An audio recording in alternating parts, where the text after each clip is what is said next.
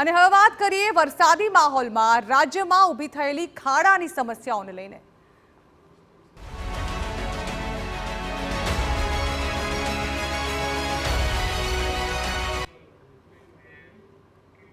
Rajkot Jetpur national highway પર 6 lane કામગીરી ચાલુ છે। ધીમી ગતિએ થતી રોડની કામગીરીથી વાહન ચાલકો હવે કંટાળી ચૂક્યા છે। 6 લેન હાઈવેની કામગીરી છેલ્લા 1.5 વર્ષથી ચાલુ છે, જેના કારણે વાહન ચાલકો હાલાકી વેઠી રહ્યા છે। રસ્તાઓ પર ઠેર ઠેર પથરાયેલી મેટલ અને ખાડા, જેના કારણે હાઈવે પર ટ્રાફિક જામની સ્થિતિ સર્જાય છે। હાઈવે પર રોજ અપડાઉન કરતા વાહન ચાલકોને ગોકળ ગતિએ થતી કામગીરી સામે રોષ ઠાલવ્યો છે।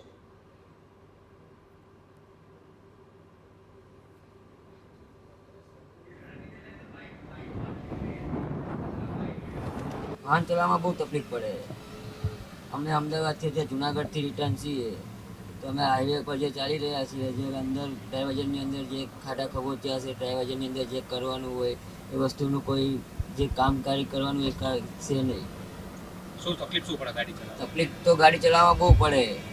આ જે 6 લેન હાઈવે જે તમે કહી રહ્યા છો, જે તમે વાત કરી રહ્યા છો, એની જગ્યાએ આ લોકો કામ ચાલુ છે, પણ જે કામ ચાલુ છે જે 6 લેન હાઈવે જે સ્પીડથી કામ કરવાનું એ સ્પીડથી કામ થતું છે નહીં। 1.5-2 વર્ષથી જે કામ ચાલુ છે એના હિસાબે 3 થી 3.5 કલાકનો ટાઈમ જાય છે, જે વ્યાજબી નથી। પ્લસ આ ધીમી ગતિએ રોડનું કામ ચાલુ છે, રોડ ઉપર ખાડા એટલા બધા મોટા છે, અને એનાથી પર ઉપરાંત જે ટોલ ટેક્સ ચાલુ છે, જે દિવસે ને દિવસે વધારતા જાય છે। તો અમારી માંગ એવી છે કે અત્યારે ટોલ ટેક્સ થોડોક નાબૂદ કરો થોડાક સમય માટે। જ્યારે રોડ બની જાય ત્યારે ગવર્મેન્ટના રૂલ્સ પ્રમાણે જે બી ટોલ ટેક્સ થતો હોય એ અમે પે કરવા રેડી છીએ। તો બીજી તરફ નેશનલ હાઈવે ઓથોરિટીના પ્રોજેક્ટ ડિરેક્ટરે આ અંગે કહ્યું કે રાજકોટ જેતપુર હાઈવેને 6 લેન બનાવવાની કામગીરી ચાલે છે। 67 કિલોમીટરના રોડમાં અત્યાર સુધી 20 કિલોમીટરના રોડની કામગીરી પૂર્ણ થઈ છે, જ્યારે કે બાકીની કામગીરી માટે હજુ 1.5 વર્ષ જેટલો સમય લાગી શકે છે। કુલ 1200 કરોડના ખર્ચે આ પ્રોજેક્ટ તૈયાર થઈ રહ્યો છે।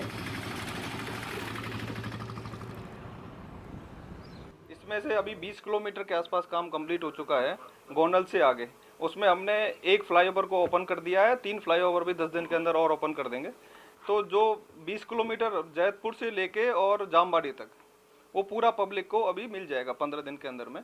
जो मतलब नॉर्मल एक 6 लेन तो वहाँ बन गया है, बट जो बाकी फैसिलिटीज डेवलप होंगी, लेकिन समस्या नहीं आएंगी पब्लिक के लिए। बाकी कितने करोड़ का प्रोजेक्ट है? हाँ, ये टोटल 1204 करोड़ का प्रोजेक्ट है। और कितने समय में पूरा होगा? हाँ, इसका 2 साल का टाइम पीरियड था, लेकिन अभी नेक्स्ट जून 26 तक ये जाएगा।